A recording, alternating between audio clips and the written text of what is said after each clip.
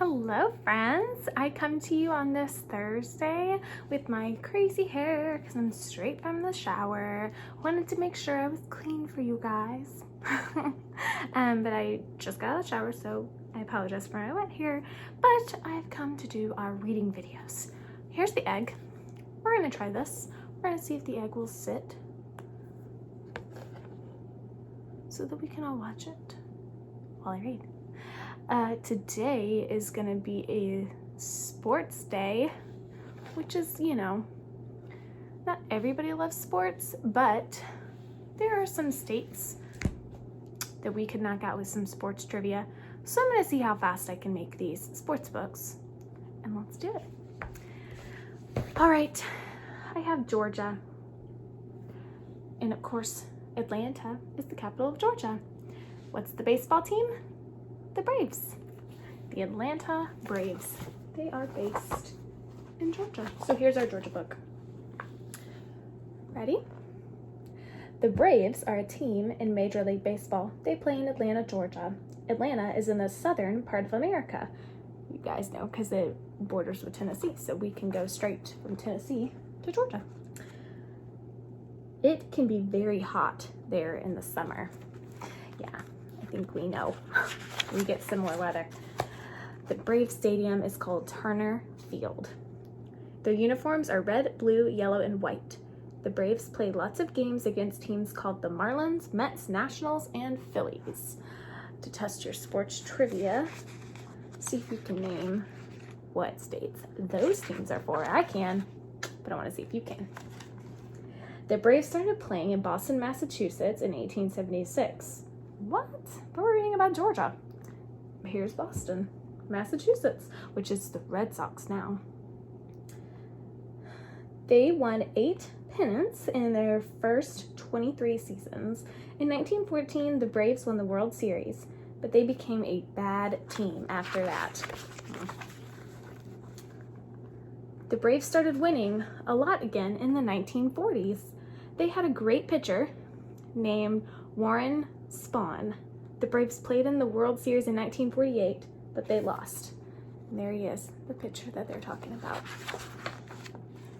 The Braves moved to Milwaukee, Wisconsin in 1953. Wisconsin, now we're in Wisconsin. Third baseman Eddie Mathews and outfielder Hank Aaron were stars for Milwaukee. They both hit lots of home runs. The Braves won the World Series in 1957, but they started losing more games after that. This is Hank Aaron, and that's Eddie Mathews. In 1966, the Braves moved to Atlanta. Finally.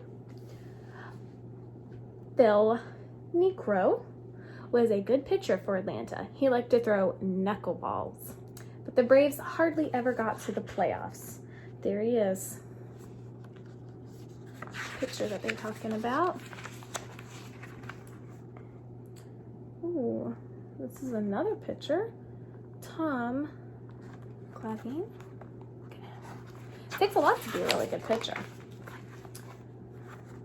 The Braves were a tough team in the 1990s. They made the playoffs for 14 straight years. They had a smart manager named Bobby Cox. They had a lot of great players, like Greg Maddux and third baseman Chipper Jones too. There's Chipper Jones.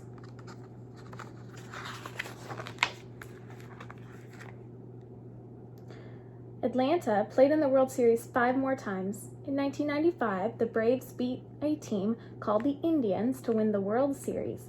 They were still a good team after that, but they could not win the World Series again.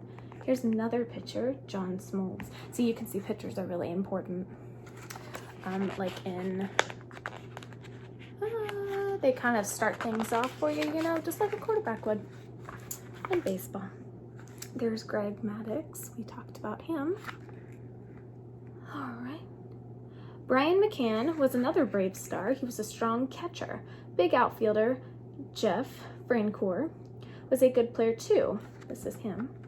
Atlanta fans hope that today's Braves will win the World Series again soon.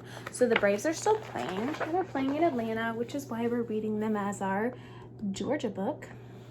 but they went to a couple of other states before that. Isn't that crazy how teams move states? And it happens all the time where teams move all over the place. Even the Tennessee Titans used to be in Texas. So, you know, teams end up moving a lot. But here's a team for our next state, Maryland.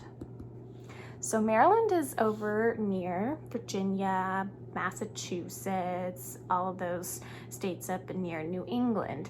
But we're not doing the Patriots. We are going to a team in the NFL football that plays, their stadium is actually located in Maryland, FedEx Field. Now, this is the Washington Redskins. They have won Super Bowls. They may not be very good right now, which is sad for me because, full disclosure, I'm a Redskins fan, but they did. They have been a good team before. So let's read about the Redskins to get through our Maryland book. Washington is a city in the District of Columbia. Remember, we read about that last week.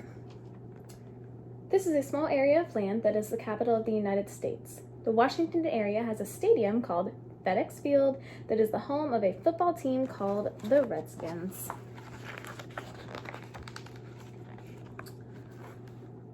The Redskins are part of the NFL, National Football League. All the teams in the NFL try to win the Super Bowl to become world champions. The Redskins' uniforms are burgundy and gold. One of their main rivals is the Dallas Cowboys. I think a lot of people know who that is, and they know that they're big rivals. The Redskins played their first season in 1932. They were called the Braves then and played in Boston, Massachusetts. That sounds familiar, doesn't it, from what we just read? Let's see. They moved to Washington in 1937 and were renamed the Redskins. Quarterback Sammy Baugh helped the Redskins win the NFL championship in 1937 and 1942.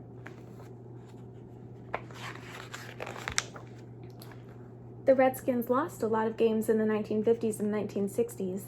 They got better again after they added players like strong linebacker Sam Huff. The Redskins got to Super Bowl VII after the 1972 season, but they lost. So they made it to the Super Bowl, but they lost the game. Let's see.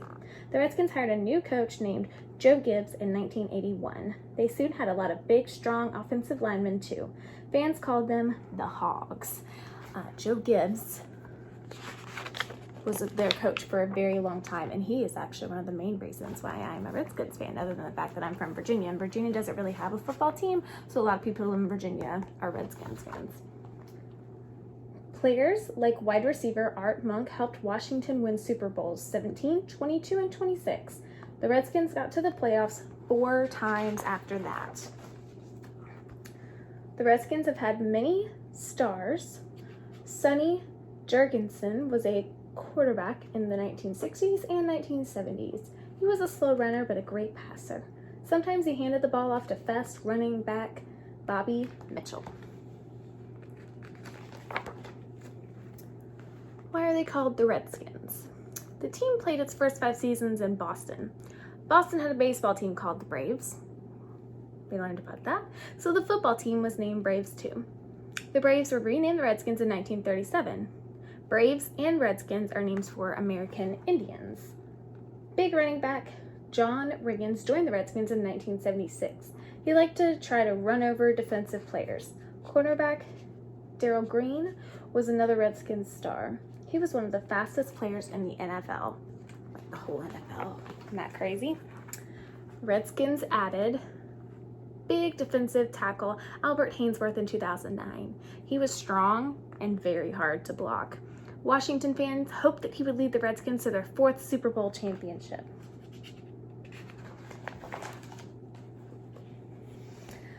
The Redskins have not done so well lately, but they were good before, I promise. So here's their tag from Maryland. So we did Georgia, Maryland, and now let's do South Carolina, which is where NASCAR does the Southern 500 race. We're reading about all kinds of different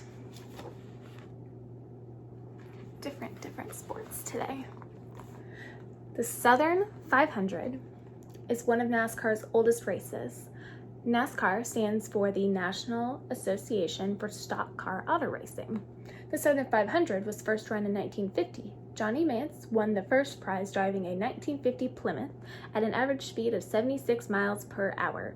That's crazy how he won going that speed, because that's the speed most people are going just when you get on the interstate. If you get on 65, that's the speed that most of them are going. It took drivers almost 7 hours to complete the race that year. That is very slow when compared to today's race speeds. In 1993, Mark Martin won the Southern 500 with an average speed of 137.93 miles per hour. Driving nearly twice as fast as Mance in 1950, Martin finished the race in just over 3.5 hours. Jeff Gordon, you may know that name, he's a big racer, won in 1995, 1996, 1997, and 1998. This is a great accomplishment in the highly competitive world of motorsports. Now, still even going 137 is pretty fast, but it's not as fast as some other people can go, especially racers nowadays. Because if you think about it, 95, when Jeff Gordon won his first race, that was 25 years ago. So let's see. The Southern 500 takes place the first weekend in September every year at the Darlington Raceway near Darlington, South Carolina. The raceway was built in 1949 and is one of the oldest tracks on the NASCAR circuit. It has been modified for faster cars and to allow more fans to attend. In 1997, a new state-of-the-art tower grandstand was built. The track can now seat over 70,000 fans. That's a lot. Darlington Raceway also houses the NMPA Stock Car Hall of Fame / Joe Weatherly Museum. NMPA stands for National Motorsports Press Association. Joe Weatherly, a NASCAR driver, died in a crash during a race in 1964. The museum contains a priceless collection of historic NASCAR race cars and NASCAR driver memorabilia, things from them. Racing can be dangerous, that's for sure. Ooh, the track. That picture of the track. It's cool. The Darlington Raceway is oval-shaped, with one end of the oval wider than the other. This track has been called too tough to tame by many drivers. The course is a short 1.366 miles, but cars can still reach very high speeds. A single lap speed record of 173.797 miles per hour was set by Ward Burton in 1996. All of the turns at Darlington Raceway are banked, with the outside of the track higher than the inner edge. This keeps cars from flying off the track, allowing them to travel around the track at high speed. So it helps them be able to do that fast track. It's a little bit safer, maybe. They could still crash, but at least they're not going to go off the track. When NASCAR racing first began in 1948, racers drove late model stock cars sold by regular automobile dealers. Racing teams removed the hubcaps, added a seat belt and a number, and the cars were ready to go. Today's NASCAR cars are built from the ground up by each racing team. Each team starts with a cast iron motor from one of the major automobile makers such as Ford or Chevrolet. The rest of the frame is built by hand from metal tubing. Although the tubing is lightweight, the complete welded frame is very strong. Surrounding the driver's seat is a special roll cage of heavier tubing that protects the driver in case of an accident. So see, they do things to try to make driving a little bit safer. Ernie Irvan drives car number 36, sponsored by Skittles Candy. Can you see it right there? It's got kind of that rainbow look to it that Skittles is famous for. He has been driving since 1987 and has won over 15 NASCAR races. His winnings totaled almost $11 million through the 1998 season. Drivers actually work for racing teams and their owners. Team owners hire the best drivers they can find. The owners also bring together mechanics and the pit crew. The pit crew are the ones that, like, when the car pulls over, I'm sure a lot of you know this, but the car will pull over when it needs gas or new tires, or if anything's wrong, they'll pull over, and the pit crew works really, really fast to make sure they can get the car working and back on the track. Drivers and all of the team members need to work together smoothly to win races. NASCAR racing is very expensive. Sponsors pay money to team members to have their logos displayed on the cars. So that's why you see, like, he's got a Skittles car.